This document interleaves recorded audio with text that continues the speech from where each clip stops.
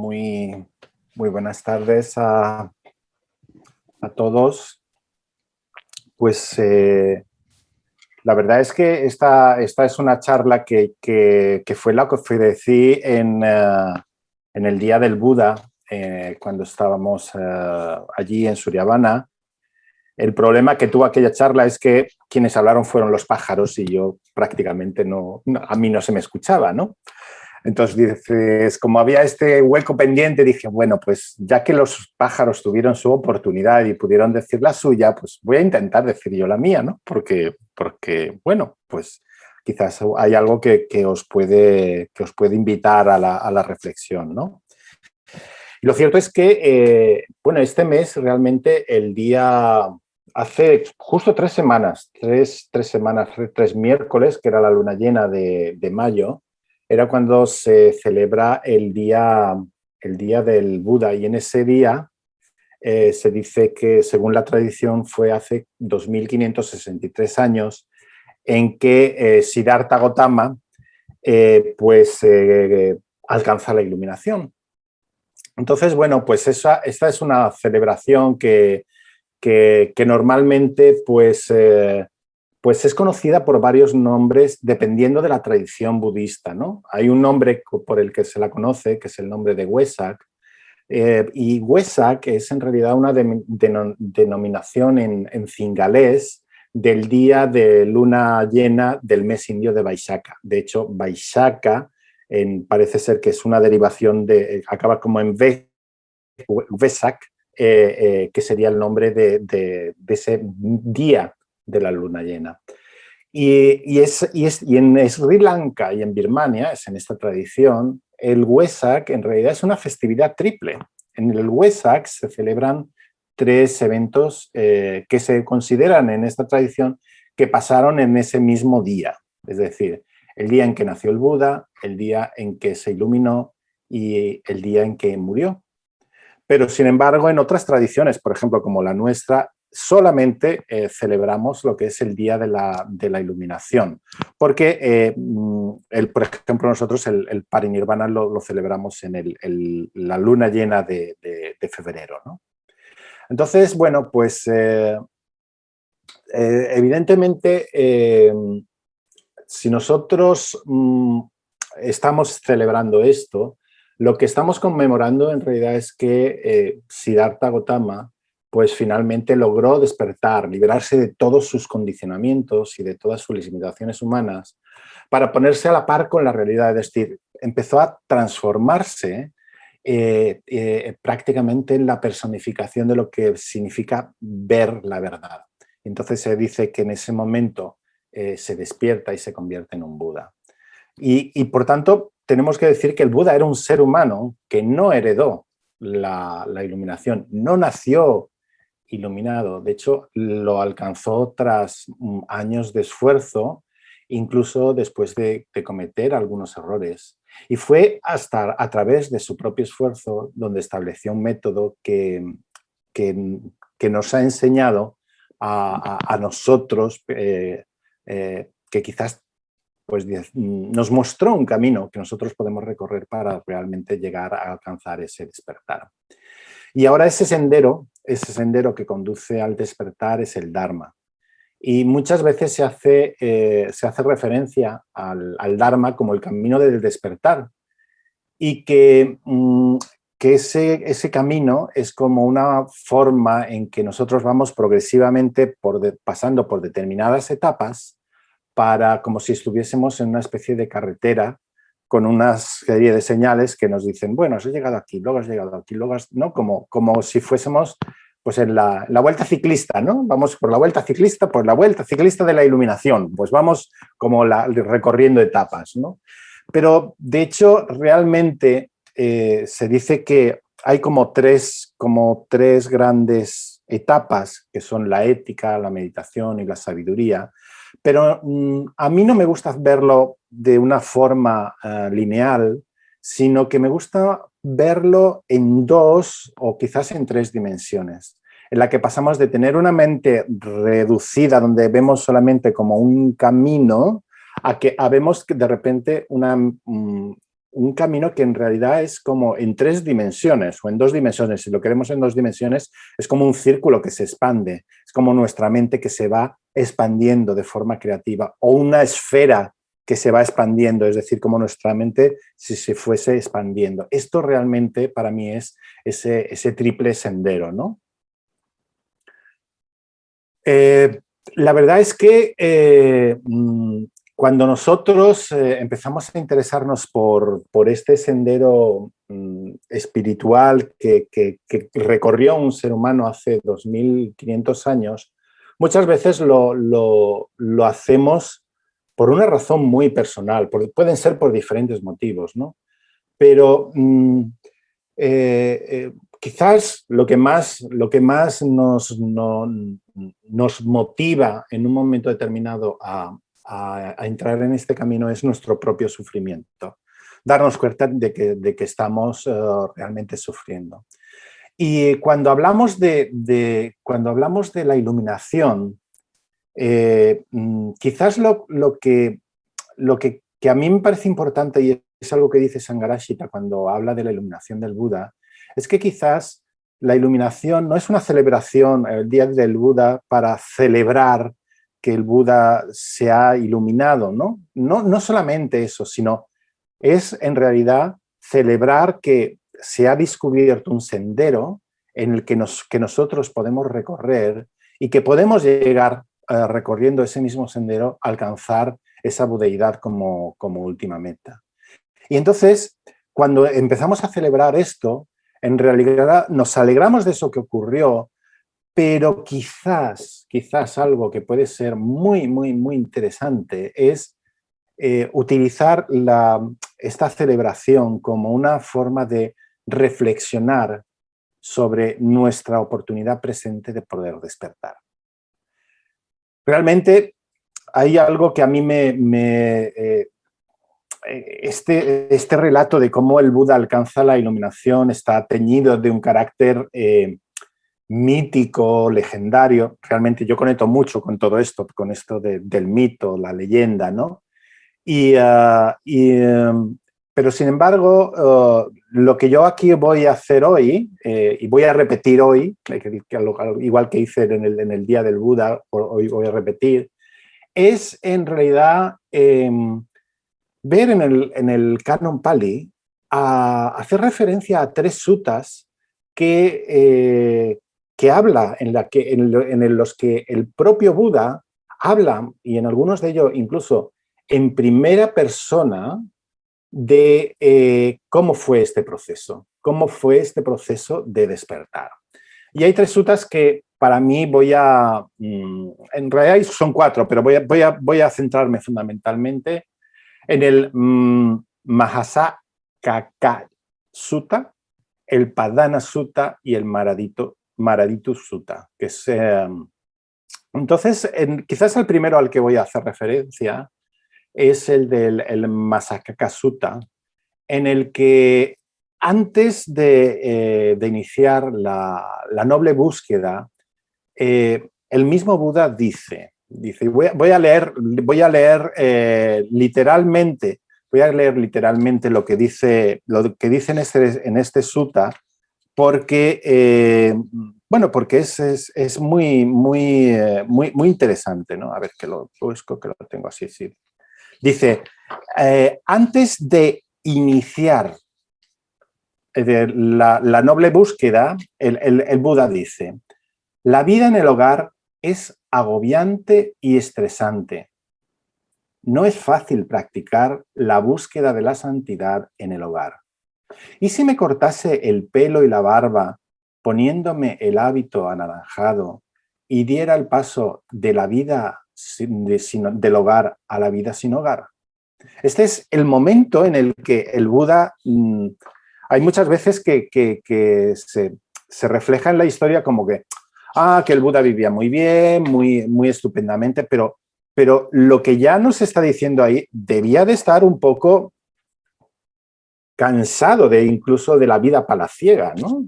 Es que la vida palaciega debe ser con muchos problemas y además ser el que va a ser el jefe del clan, pues problemas, problemas y más problemas. Por eso me resulta interesante cómo define la vida en la que le lleva en un momento determinado a dar el paso adelante, ¿no? La vida en el hogar es agobiante y estresante, ¿no? Entonces, realmente cuando el Buda empieza a hacer su noble búsqueda, en realidad está experimentando dukkha. Es decir, el mismo Buda estaba experimentando dukkha y decide, quiero ir adelante, quiero encontrar, ¿no? Entonces, pues Gautama decide emprender esta búsqueda espiritual y va encontrando diferentes maestros. Y a medida que va encontrando estos maestros, aprende sus enseñanzas, llega a dominarlas, y a pesar de dominarlas, ninguna llega a dar respuestas a la pregunta que él se estaba haciendo, que era la búsqueda del cese del sufrimiento, ¿no? Realmente, ¿qué es lo que realmente le lleva a él a decir, quiero saber cómo poder acabar con el sufrimiento? Y sin embargo, todos los maestros, el primero le enseña la práctica de la meditación y empieza a aprender la práctica de meditación de modo que alcanza algunos estados de absorción mental. Pero llega a un punto en que ya no hay más. Y el siguiente maestro le enseña un poco más en la práctica de la meditación, ¿no? Entonces, bueno, pues algo que tenemos y que a mí me parece muy importante es que cuando ya ve que no le pueden responder, lo que hace es les da las gracias y sigue buscando. Muchas gracias por haberme realmente permitido aprender todas sus enseñanzas, pero como no tengo esa respuesta, voy a seguir adelante, ¿no?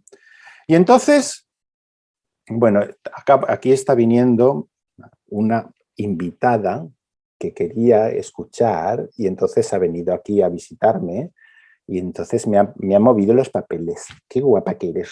Alaba, vete para allá. Bueno, pues vamos a seguir a ver, que estaba yo por aquí, que esto. Entonces estaba donde que ya, pues realmente estas enseñanzas que recibe, pues no le llegan a hacer descubrir. Y entonces empieza a recorrer también ese camino, que es el camino del ascetismo e incluso el de la mortificación. Pero se da cuenta de que no le lleva a ninguna parte.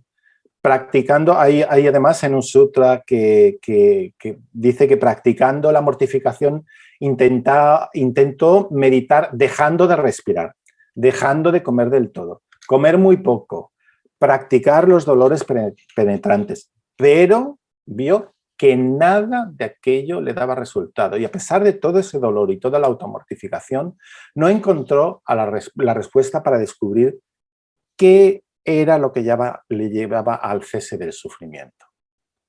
Y entonces dice, este mismo sutta que estoy comentando, el Masakaka Sutta, que es que tiene un nombre complicadillo, el Buda recuerda un día cuando dice, un día cuando estaba sentado tomando la fresca a la sombra de un árbol mientras mi padre estaba trabajando, allí, retirado de los deseos sensuales, retirado de los estados mentales perjudiciales, alcancé el primer jhana, en el que hay gozo y felicidad nacidos del retiro y va acompañado de ideación y reflexión, y moré en él. Y entonces se hace una pregunta, dice, ¿no podría ser ese el camino hacia la iluminación? Y después, por la intuición, dice, y comprendí, ese es el camino hacia la iluminación. Es decir, que para mí esto es importante, ¿no? Porque empieza a ver que hay un tema que es el gozo. Precisamente él viene del ascetismo de la mortificación y encuentra que el camino del gozo puede ser el camino que le lleve a la iluminación. Pero entonces, claro, viniendo de donde venía, de ese ascetismo, esa mortificación, se preguntó si esto que era placentero quizás no podría ser un camino erróneo. Y se preguntó, ¿por qué temer una felicidad que no tiene nada que ver con los placeres de los sentidos, ni con estados mentales perjudiciales? Y me dije, no temo esa felicidad que no tiene nada que ver con los placeres de los sentidos, ni con estados mentales perjudiciales. Esto para mí personalmente es una enseñanza importante. Es decir, lo placentero, lo agradable, hay muchas veces que una crítica que se hace al budismo es que se huye de todo aquello que es placentero, todo aquello que es agradable. Pero en realidad esto no es así. El mismo Buda dice que lo que era placentero y agradable y que no está sujeto a la avidez de los sentidos y que no tienen estados mentales torpes, este tipo de felicidad sí que la podemos buscar. Y este es el tipo de búsqueda que le llevó precisamente a encontrar el camino del despertar. Pero bueno, vamos a seguir con el relato que hace el Buda. Y entonces pensó, dice, no es fácil lograr la felicidad con un cuerpo tan desmejorado. ¿Y si comiera algo sólido? Algo así como arroz hervido y cuajada. Y entonces, así que comí algo sólido. En aquella ocasión me acompañaban 5 monjes que pensabas, si el asceta Gotama llega a encontrar el Dhamma, nos lo enseñará. Pero por tomar algo sólido, arroz cuajado, se decepcionaron conmigo y se fueron pensando, el asceta Gotama se pega la buena vida, abandonando el esfuerzo y otra vez ha vuelto a la vida regalada. Esto es lo que dice el Buda cuando pues, de lo que pensaron realmente sus compañeros. Buah, ya ha empezado a comer, ya se está dando otra vez la buena vida. Fíjate tú, arroz con cuajada, hay que ver, qué lujo, ¿no? Y ahí tenemos a Gautama, el que ha abandonado, que ha sido ya abandonado por sus discípulos y que también abandona el camino de la mortificación. Y llega este día, se dice en la tradición, que el día de luna llena del mes primaveral de Vaisakha, 35 años después de su nacimiento, Siddhartha se acercó al río Nairayana para bañarse. Después se fue a la otra orilla y se sentó en una arboleda. Se sentía un poco débil, pero estaba lleno de confianza. Y mientras estaba allí sentado, se aproximó una mujer joven que le ofreció un plato de arroz hervido en crema de leche y endulzado con miel silvestre. Gautama decidió tomar aquella deliciosa comida, la verdad es que una comida deliciosa después de venir del camino de mortificación del que venía, y esto ya le hizo sentirse fuerte y bien y esperó hasta que pasó el calor en la arboleda y hacia la noche sintió un fuerte propósito. Estaba seguro de que había llegado el momento de completar su tarea. Se levantó, estuvo en esa arboleda, encontró a un cortador de hierba que le ofreció unos atillos de hierba suave y con eso se hizo un asiento. Y se dice que debajo de una higuera, debajo de lo que ahora conocemos como el árbol Bodhi, se sentó y que había sido un sitio en que incontables budas habían alcanzado la budeidad.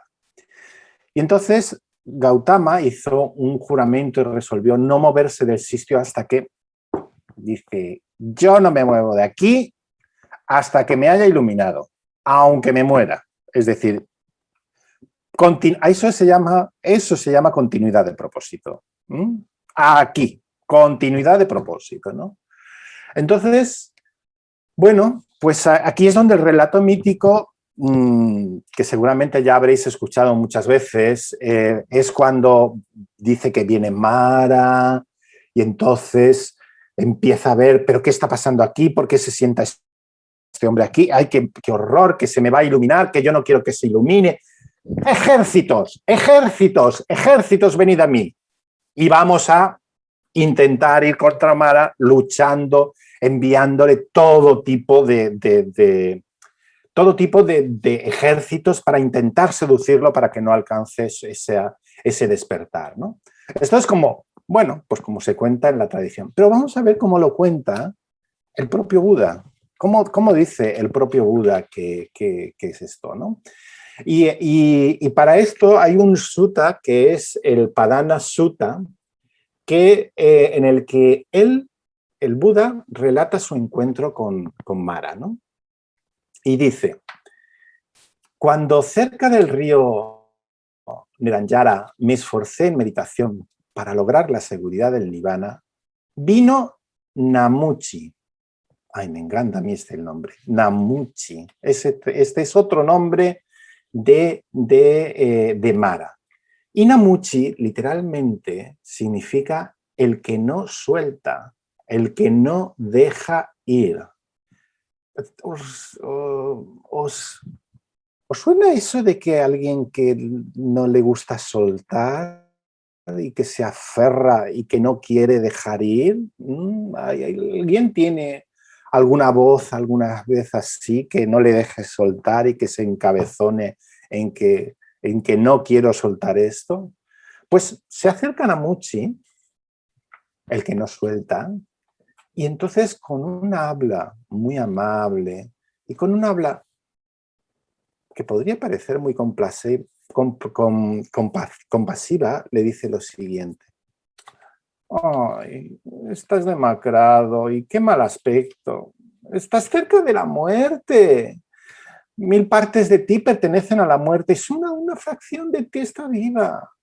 Váyase a vivir, buen señor, es mejor vivir. Viviendo puede realizar obras meritorias, pero de practicar el celibato y atender el fuego del sacrificio se hace mucho mérito, pero ¿qué se obtiene esforzándose? Es difícil entrar en el camino del esfuerzo, es difícil de hacer, difícil de mantener. Una voz que parece compasiva, ¿no? Como, ay, ¿para qué te vas a esforzar, no? No te esfuerces, no pasa nada. ¿Por qué no lo haces? ¿Por qué no lo dejas para mañana? Déjalo para mañana, hoy no lo hagas, ¿no? Pues esta voz es la voz que muchas veces se disfraza como una voz compasiva, pero en realidad es como una voz complaciente. Esa es como una voz que resuena en el Buda. Y entonces, mientras dice estas palabras, bueno, pues a mí me recuerda, me dice, ¿te suena esa voz complaciente que parece una voz bondadosa, pero que lo que en realidad pretende es desincentivarte? ¿Habéis tenido alguna vez algo de esto? Sí, ¿verdad? Suena un poco que algo de eso parece que hay, ¿no?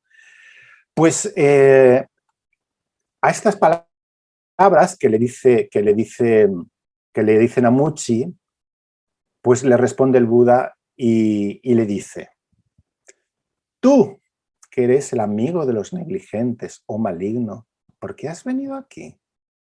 Aquellos que todavía desean alcanzar méritos, Mara, pueden considerar que vale la pena dirigirse a ellos. Tengo fe, energía y sabiduría. ¿Me pides que viva? Este viento secará las corrientes de los ríos. ¿Por qué mi esfuerzo no ha de sacar hasta la sangre?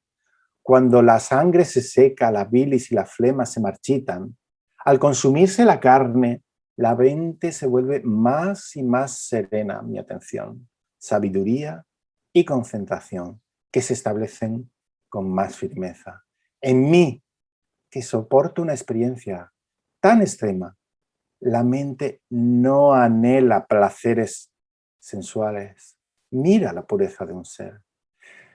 Y empieza en ese momento a enumerar los ejércitos de Namuche. Dice: el deseo sensual es tu primer ejército. El segundo se llama descontento. El tercero es la avidez. El cuarto, la voracidad insaciable. El quinto, laxitud y pereza. El sexto, el miedo. El séptimo, indecisión. Y el octavo, desprecio de los demás y terquedad. Querer ganancia, fama, honor, prestigio adquirido erróneamente y quien se alaba a sí mismo y desprecia a los demás. Estos, Namuchi, son tus ejércitos, la fuerza del ataque del oscuro. Un perezoso cobarde no puede vencerlos, pero conquistándolos se obtiene la dicha. Fijaos qué descripción de los ejércitos de Mara, los ejércitos de Namuchi. La verdad es que últimamente yo me encanta decir cuando veo algún momento en que me aparece, por ejemplo, la avidez o la voracidad insaciable o la laxitud o el miedo o la indecisión o el egocentrismo, ese egocentrismo, digo, estos son los ejércitos de Namuchi. Estos son los ejércitos que no están fuera de mí, están dentro de mí en forma muchas veces de voces que intentan boicotearme. Esta voz que intentó boicotear precisamente al Buda en ese camino, en ese propósito que tenía de alcanzar la liberación. Entonces, bueno, esto nos da una idea de cómo podemos encontrar a Namuchi en nuestras propias vidas.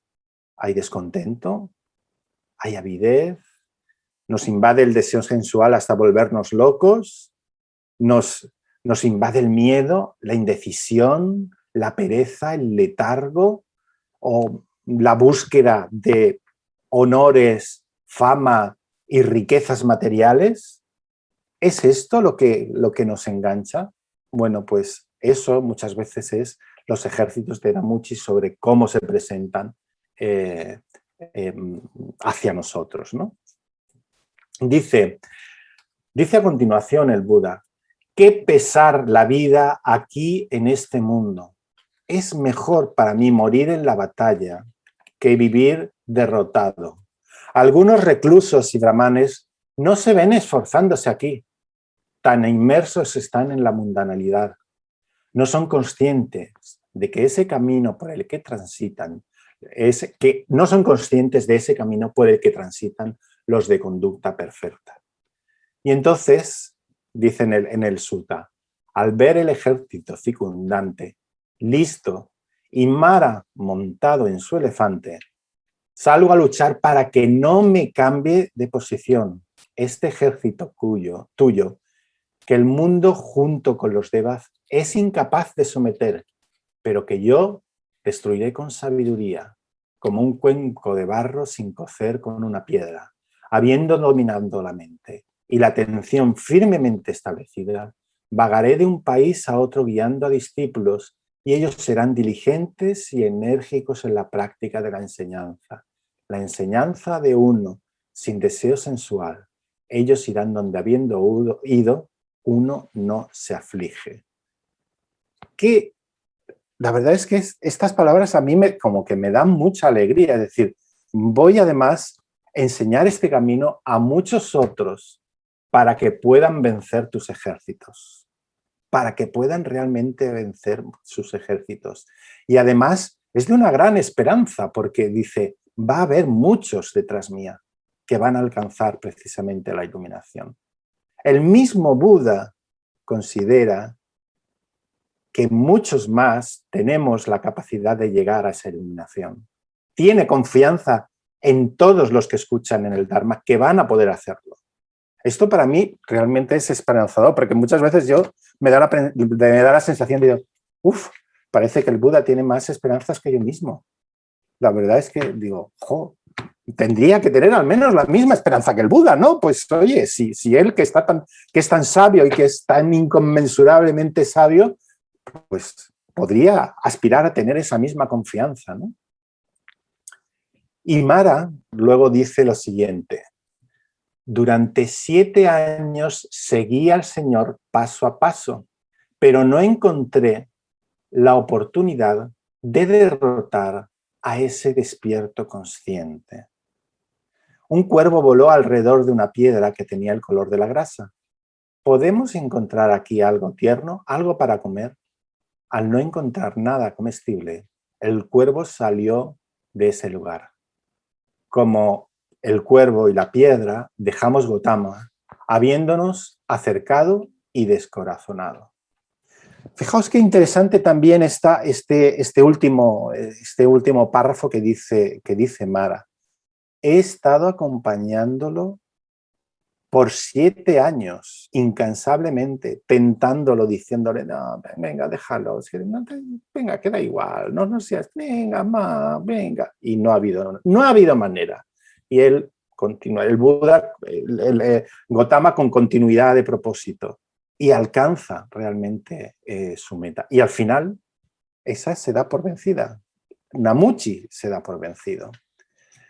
Entonces, bueno, pues, ¿qué pasa? ¿Qué pasa con Namuchi? Pues Namuchi, hemos dejado a Namuchi que se ha ido a su casa, a su reino, y entonces, pues Namuchi tiene unas hijas muy monas ellas, y entonces hay otro sutta, que son se llama las hijas de Mara, que es el Maraditu Sutta, y dice así el Maraditu Sutta. Entonces, las hijas de Mara, Tanya, Arati y Raga, se acercaron a Mara y le dijeron: «Ay, ¿por qué estás tan desanimado, padre? ¿Quién es el hombre que te aflige? Nosotras vamos a capturarlo con el lazo de la codicia, como ellos capturan los elefantes salvajes. Vamos a atarlo fuertemente y te lo traemos de vuelta. Y él estará bajo tu control». Y Mara dice: el Arahant, el sublime en el mundo, no es fácil capturarlo por medio de la codicia. Se ha ido más allá del reino de Mara. Por eso estoy triste y amargo. Y el pobre ahí está triste y amargo. Pero ahí tenemos a las hijas de Mara que dicen: bueno, ya vamos a intentar nosotros traértelo. Y entonces las hijas de Mara, que se llaman Tanya, Arati y Raga, en realidad la traducción de Tanya, Arati y Raga es bastante interesante, porque una es deseo sensual, otra es descontento y otra es lujuria. Y entonces se acercan al bienaventurado y le dijeron: servimos a tus pies, asceta. Pero el bienaventurado no les prestó atención, ya ve que había sido liberado en la insuperable extinción de las adquisiciones. Entonces las hijas de Mara se quedaron muy sorprendidas y se fueron a un lado a tomar consejo. Los gustos de los hombres son diversos. ¿Qué tal si cada una se manifiesta en forma de 100 doncellas? De diferentes edades, de diferentes formas, con diferentes cabellos, diferentes color de piel. A ver, vamos allá. Y entonces cada una de las 3 hijas de Mara se manifiesta en forma de 100 doncellas y se acercan al bienaventurado y le dicen: servimos a tus pies, asceta. Pero el bienaventurado no le prestó atención, ya que había sido liberado de la insuperable extinción de las adquisiciones. Y entonces las hijas de Mara otra vez se fueron a su lado para tomar consejo. Dice, y al final dice: si asaltásemos a cualquier asceta o brahman que no está libre de la codicia con semejantes tácticas, se quemaría su corazón, vomitaría sangre por su boca, se volvería loco, sería desquiciado mentalmente o se secaría y marchitaría arrugado, al igual que una caña verde que ha sido segada, se secaría y se marchitaría. Entonces las hijas de Mara se acercaron al bienaventurado, se pararon a un lado. Estando ahí la hija de Mara, Tanya, se dirigió al bienaventurado en verso: ay, ¿no será que es que estás hundido por la tristeza y por eso estás aquí meditando en el bosque? ¿Es debido a que has perdido las riquezas y por eso estás tan triste? ¿O has cometido algún crimen en el pueblo? Ya, puede ser que es que no haces amigos. Ay, pobre, no haces amigos. Por eso estás aquí. ¿O es porque realmente no puedes tener intimidad con nadie? Y entonces el bienaventurado, habiendo conquistado el ejército de lo placentero y agradable, dice, meditando solo descubrí la dicha, el logro de la meta, la paz en el corazón. Por eso no hago amigos con la gente, ni hago lazos íntimos alguno. Entonces, las hijas de Mara se retiraron y fueron al encuentro de su padre, el malvado. Y Mara, visualizándolas viniendo desde cierta distancia, se dirigió en ellas en versa. ¡Necias! Habéis tratado de apabullar una montaña con pétalos de la flor de loto. Quisisteis excavar una montaña con uñas, masticar hierro con los dientes, como si habiendo levantado una roca con la cabeza, buscaseis apoyo en el abismo. Partisteis del Gotama decepcionadas. Habían llegado a mí, brillando con su belleza, Taña, Arati y Raga, pero el maestro las arrastró de allí como el viento arrastra un mechón de algodón caído. ¿Y qué podemos? Realmente esto es así como acaba este sutra. Dice, ¿qué podemos extraer realmente de este relato? Pues de todo este relato, realmente todos esos diálogos que tiene Mara con el Buda, a mí me recuerda que esto realmente Mara, Namuchi, se encuentra en nuestro interior. Es esa voz crítica, esa voz complaciente, esa voz que sabe seducirnos de múltiples y una manera. Hay veces con una voz dura, hay veces con una vocecita amable, una vocecita cariñosa, que por ejemplo cuando estás pues intentando, pues dices, ay, me voy a quitar un par de kilillos y dices, ay, venga, va, voy a ponerme a quitarme un poquito de esto, me voy a quitar los bombones. Y entonces llegas un día a casa y dices, has tenido un día muy duro, y dices, ay, oye, pero si ha sido un día muy duro, la verdad es porque si te tomas un bomboncito no va a pasar nada y además con lo rico que está. Luego mañana ya sigues. Luego esto, no, ¿por qué no? Bueno, pues este tipo de cosas, este tipo de voces son las voces que yo identifico como las voces de Namuchi, ¿no? Y bueno, realmente muchas veces esa voz de Namuchi lo que intenta es llevarnos a una vida sobre todo más complaciente y más cómoda.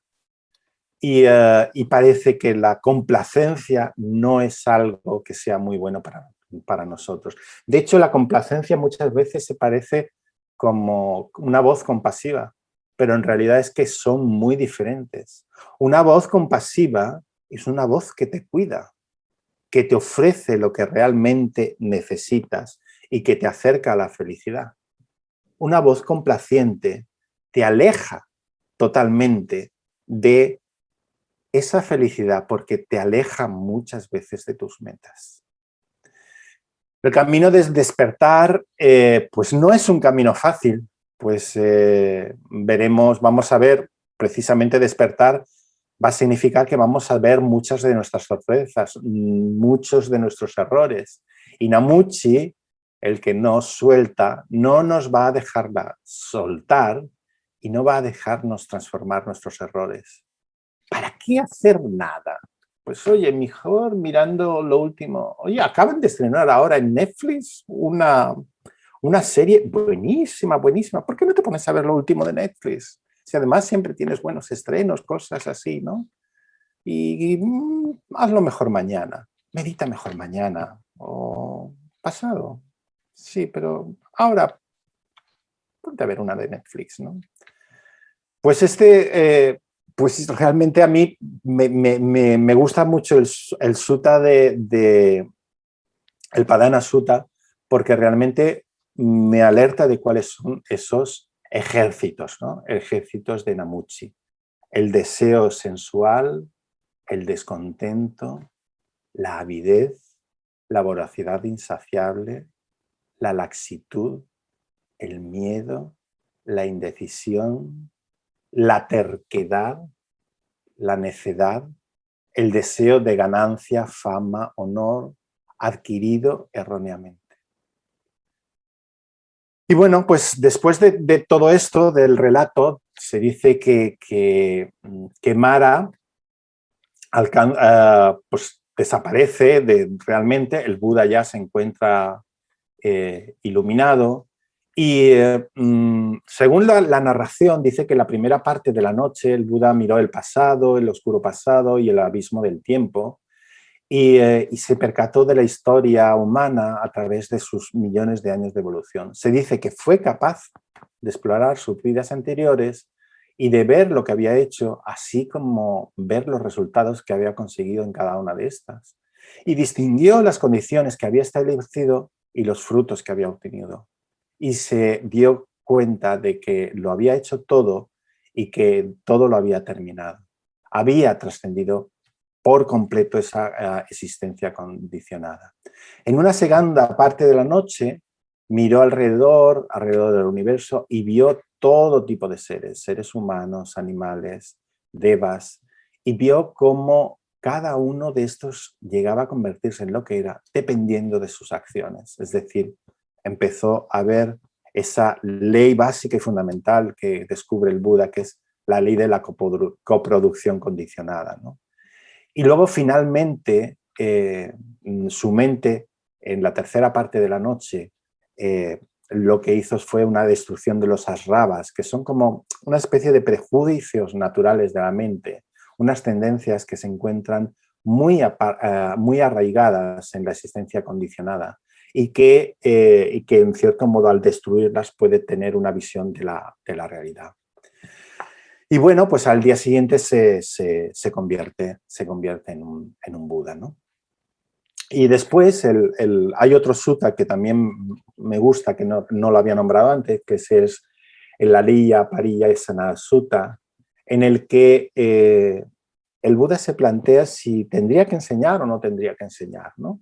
Dice, este Dharma que he logrado es profundo, difícil de ver y difícil de comprender, apacible, excelso, allende al alcance de la lógica, sutil para que los sabios no lo experimenten por sí mismo. Pero la gente que se divierte, disfruta, que se regocija con los objetos de la vida, es difícil que vea la condicionalidad de las cosas, la coproducción condicionada. Es difícil que hagan realmente un conocimiento profundo de esta visión. Entonces, yo no sé si enseñarles, ¿no? Y si promulgara el Dharma y no me comprendieran, pues la verdad es que me sentiría insatisfecho y contrariado. De nuevo, ahí esa especie de duda es como, ¿para qué voy a enseñar esto si mucha gente no va a entender? Van a decir, uy, ¿de qué va, no? Pero entonces hay como otra de nuevo, visión o otra, quizás es otras palabras que a mí realmente me parecen muy inspiradoras, ¿no? Dice que el Buda, después de que aparece el Brahma Sahampati, le convence en cierto modo que sí, que realmente es importante que enseñe. Es como ese anciano interior, esa voz interior anciana que dice, sí, sigue adelante. Ahí el Buda, movido por la compasión, dice que miró con el ojo búdico todo el universo y de la misma manera que hay un estanque de flores de lotos azules, rojas y blancas, algunas están debajo del agua y crecen sin salir a la superficie. Otras llegan a la superficie a la puntita, pero siguen estando bajo el agua. Y hay algunas que se empiezan a salir por encima del nivel de la superficie del lago y entonces, inspeccionando así, vi que hay seres con poco polvo en los ojos y seres con mucho polvo en los ojos, seres con facultades agudas y seres con facultades obtusas, y con buena actitud y con mala actitud, dulces y díscolos, y algunos de ellos viviendo con temor a lo que está mal hecho en el otro mundo. Y entonces, realmente decides sí que voy a enseñar. Y ahí en este sutta dice, abiertas están las puertas de lo que no muere. que los dotados de oído manifiesten su fe.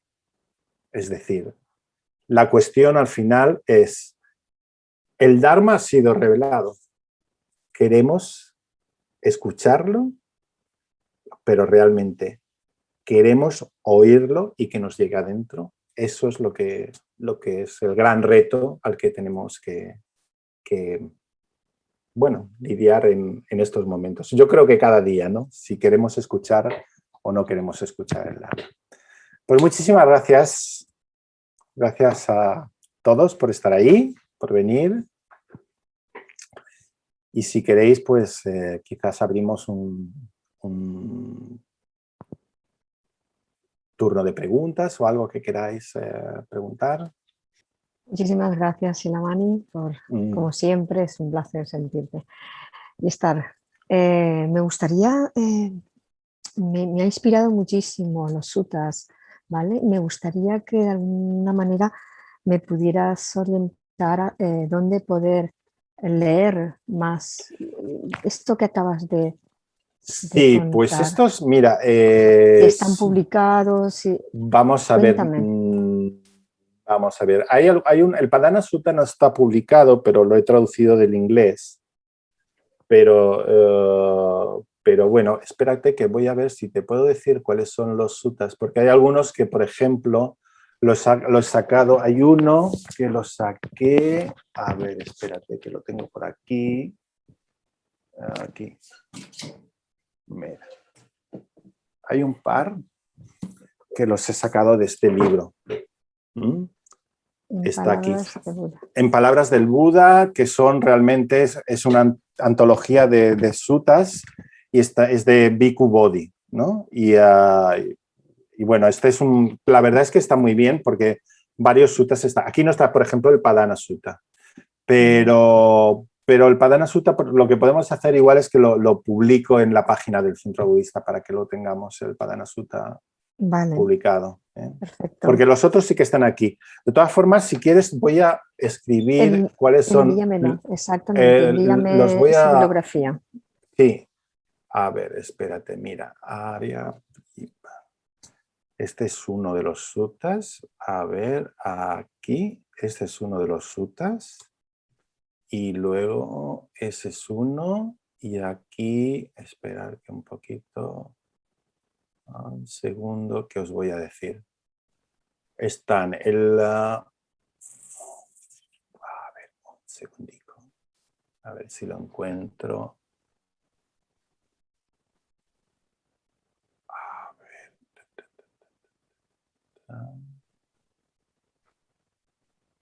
Este es el Padana Sutta. Aquí. Vale. Ese es uno. Y luego hay dos más, que es el Maraditu Sutta. Ese lo tienes en Bosque Theravada, lo tienes. Maraditu y el Mahasakya Sutta. Este es de este libro que ese es el otro. Y estos están en el libro que comentas, sí, en ese que tienes. Sí. Ya te pido exactamente. Sí, ¿Cómo sí, se es llama? de Kairos. En Palabras del Buda. Palabras del Buda de Kairos, ¿no? De Kairos, es de Kairos. Eso es, realmente es un libro gordote, pero es muy bueno porque tienes... A ver, en palabras me has dicho. En Palabras del Buda. Vale, ok. Vale, y es de Editorial Kairos. Vale. Y es una buena traducción, ¿eh? es de Bhikkhu Bodhi. Vale. Es de Bhikkhu Bodhi, es una buena traducción. Pues esos son los suttas que he consultado, ¿no? Vale. El Padana Sutta es donde aparece la historia lo de los ejércitos Sí. Vale, okay. Si buscas Padana Sutta probablemente lo encuentres en inglés. Yo lo he traducido al español, pero voy a ver si lo coloco en la página del Centro Budista para que lo tengamos ahí disponible en español. Es que yo el inglés pues no. Sí. Como que no. Muy bien. Pues muchas gracias. A ti. Sutta. Vale. Ya bueno. ¿Sí? Adelante. Sí, hola. Sí, que yo, a mí me resonó muchísimo lo que tú comentaste de esa manera de que tiene mano en esta historia mítica de Mara, de cómo Mara trataba de seducir al Buda, ¿no? Y que en cierto modo nosotros también tenemos como esa mente de seductora de que eso, de que, bueno, levántate más tarde, no tienes por qué levantarte tan temprano para meditar y qué sé yo, ¿no? Y yo he tratado muchas veces como tratar de equilibrarme un poco, ¿no? Porque me ha pasado que yo de pronto me pongo como muy estricto, ¿no? No, que si voy a levantarme a tal hora, voy a hacer yoga, voy a ponerme a meditar y voy a hacer esto y voy a hacer lo otro y todo lo demás, ¿no? Pero llega un momento que pasan, no sé, ¿qué te digo? 3, 4 semanas, 5 semanas y me siento ya que no, tengo que soltar, ¿no? Como que ya no me como que sí, como que me falta energía, entonces bueno, sí, voy a soltarme un poco, ¿no? Y así, ¿no? Voy como jugando con eso un poco, ¿no? Entonces la pregunta mía es, ¿cómo saber si en esos momentos en que yo suelto, si es realmente autocuidado o más bien es Mara, entre comillas, el que me está seduciendo? Pues ese es el camino medio, al fin y al cabo es como algo que yo creo que lo que realmente a mí me sirve para saber si me estoy saboteando o no me estoy saboteando es hacerme una pregunta, es ¿qué es lo que realmente necesito? Conectar profundamente con mi necesidad. Porque muchas veces el ponernos excesivamente rígidos y rigurosos no nos lleva por un buen camino. Es decir, si tú pones esto es lo mismo Buda cuando a este discípulo le habla sobre la meditación y le pone el ejemplo del laúd y las cuerdas del laúd, que las cuerdas tienen que estar justo tensadas en el punto adecuado. No pueden estar ni muy sueltas ni muy tensas, sino en el punto adecuado. Pues esto es lo que en realidad tenemos que nosotros mirar en nuestra experiencia. Y a mí lo que me funciona bien es preguntarme con unos ojos compasivos, con ojos compasivos y bondadosos, realmente qué es lo que necesito. Y habrá momentos en que lo que necesito es descansar porque estoy realmente agotado, porque me siento muy cansado, pero habrá momentos en que cuando me pregunto si qué es lo que necesito, descubre que lo que estoy siendo es perezoso, porque sí que tengo capacidad, pero estoy siendo perezoso. Entonces eso me ayuda mucho, realmente pensar no solamente en qué es lo que me apetece, sino realmente en qué es lo que necesito. Y entendiendo esto como necesidad profunda, ¿no? Realmente qué necesito profundamente.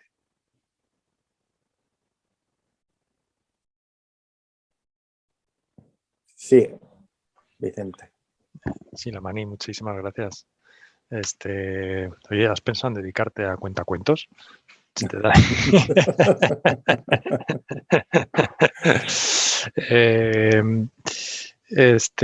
Bueno, un poco en la línea también que comentaba Carlos. Yo también tengo un poco la duda o la reflexión de, está claro que cuando estás haciendo un esfuerzo, pues lo haces con un objetivo, ¿no? En este caso, pues el objetivo final es, pues, camino espiritual, la iluminación. Pero por otro lado también, evidentemente, eso genera ciertas expectativas y las expectativas lo que provocan es cierta urgencia, falta de paciencia y que al final te desesperes. Entonces, ¿hasta qué punto soltar las expectativas sería un poco olvidarte del objetivo, pero no te puedes olvidar del objetivo, porque si no el esfuerzo no tiene un sostén claro. Entonces, fíjate, yo creo que las ¿cómo ponemos eso en la balanza? expectativas, de hecho, yo creo que hay que soltar todas las expectativas. Todas. Porque una cosa es las expectativas estamos centrándonos en realidad en el resultado, en lo que voy a obtener. Cuando yo me centro, las expectativas tienen que ver mucho con el resultado que quiero obtener. Y además también tiene una escala temporal. Si nosotros tenemos una escala temporal y en ese momento vemos que, vamos a ver, por ejemplo, estoy meditando y yo quiero realmente tranquilizarme. Medito para poder tranquilizarme porque últimamente estoy de los nervios, ¿no? Y entonces empiezo a meditar. Y veo que por más que intento meditar, sigo estando de los nervios.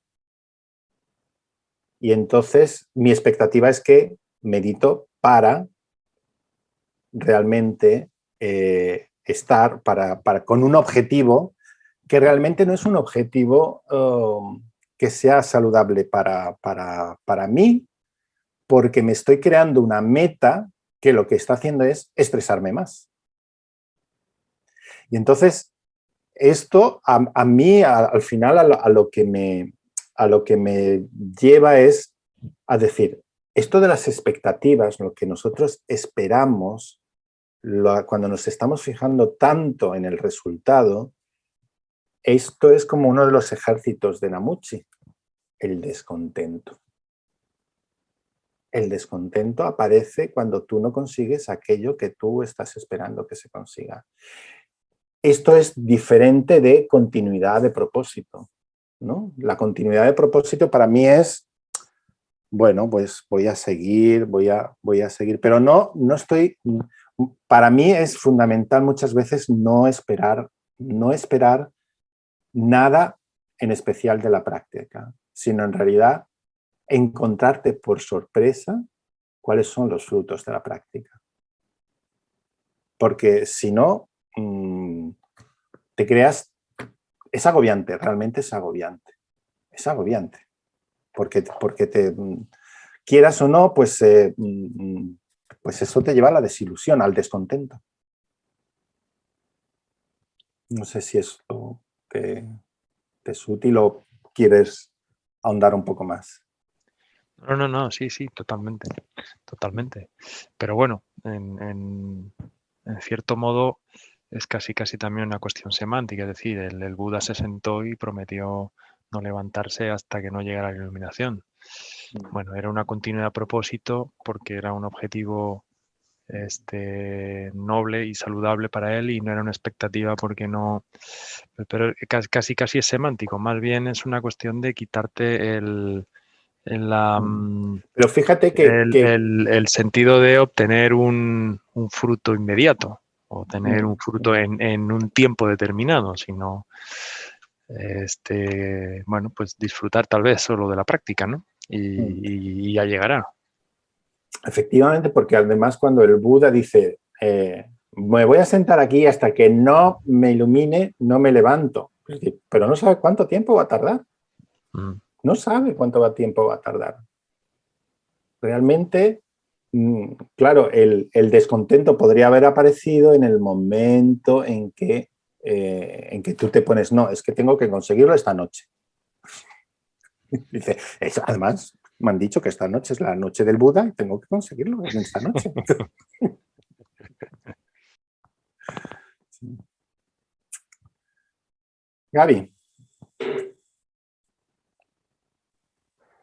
Pues nada, te quería dar muchísimas gracias por esta charla, me ha encantado, me ha, resonado muchísimo, ha sido muy emocionante para mí. Y nada, con lo que estaba diciendo ahora José Vicente, me parece que sobre todo también, o así es como yo lo entiendo, el Buda me parece que lo que hace es que además no toma una posición, sí, toma una posición no solo de él encontrarse bien, sino lo que hay es una búsqueda de liberar a la humanidad, de acabar con el sufrimiento. Y no sé, que ahí se pierde en ese propósito también como, no sé cómo explicarlo, el egocentrismo, no egocentrismo, pero sí, no solo desde una posición de encontrarme yo bien, ¿no?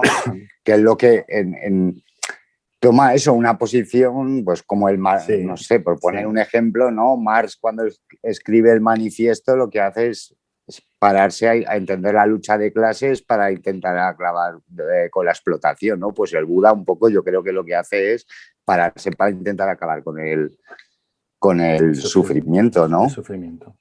Y de todas maneras, a mí me vale mucho porque me parece que sin haber profundizado mucho en el budismo da unas claves muy claras que entendiéndolas, que es pues el no tener expectativas, pero es que eso para mí ha sido entenderlo, o sea, y ver la luz en muchas cuestiones, porque muchas veces uno, no sé, por ponerte ejemplos chorra de que limpia la casa para que luego venga su pareja y le diga, ay, qué limpia está, ¿no? Y, pues ya es una expectativa, ¿no? Porque luego viene y si no se ha dado cuenta, es como que te sientes frustrado. El tema es, yo ahora lo que intento plantearme es que todo lo que haga salga de mí porque lo hago de corazón y sin ninguna expectativa. Y eso es que me hace muy, muy libre. Y ya te digo, esta charla me ha encantado, me ha resonado y muchas gracias.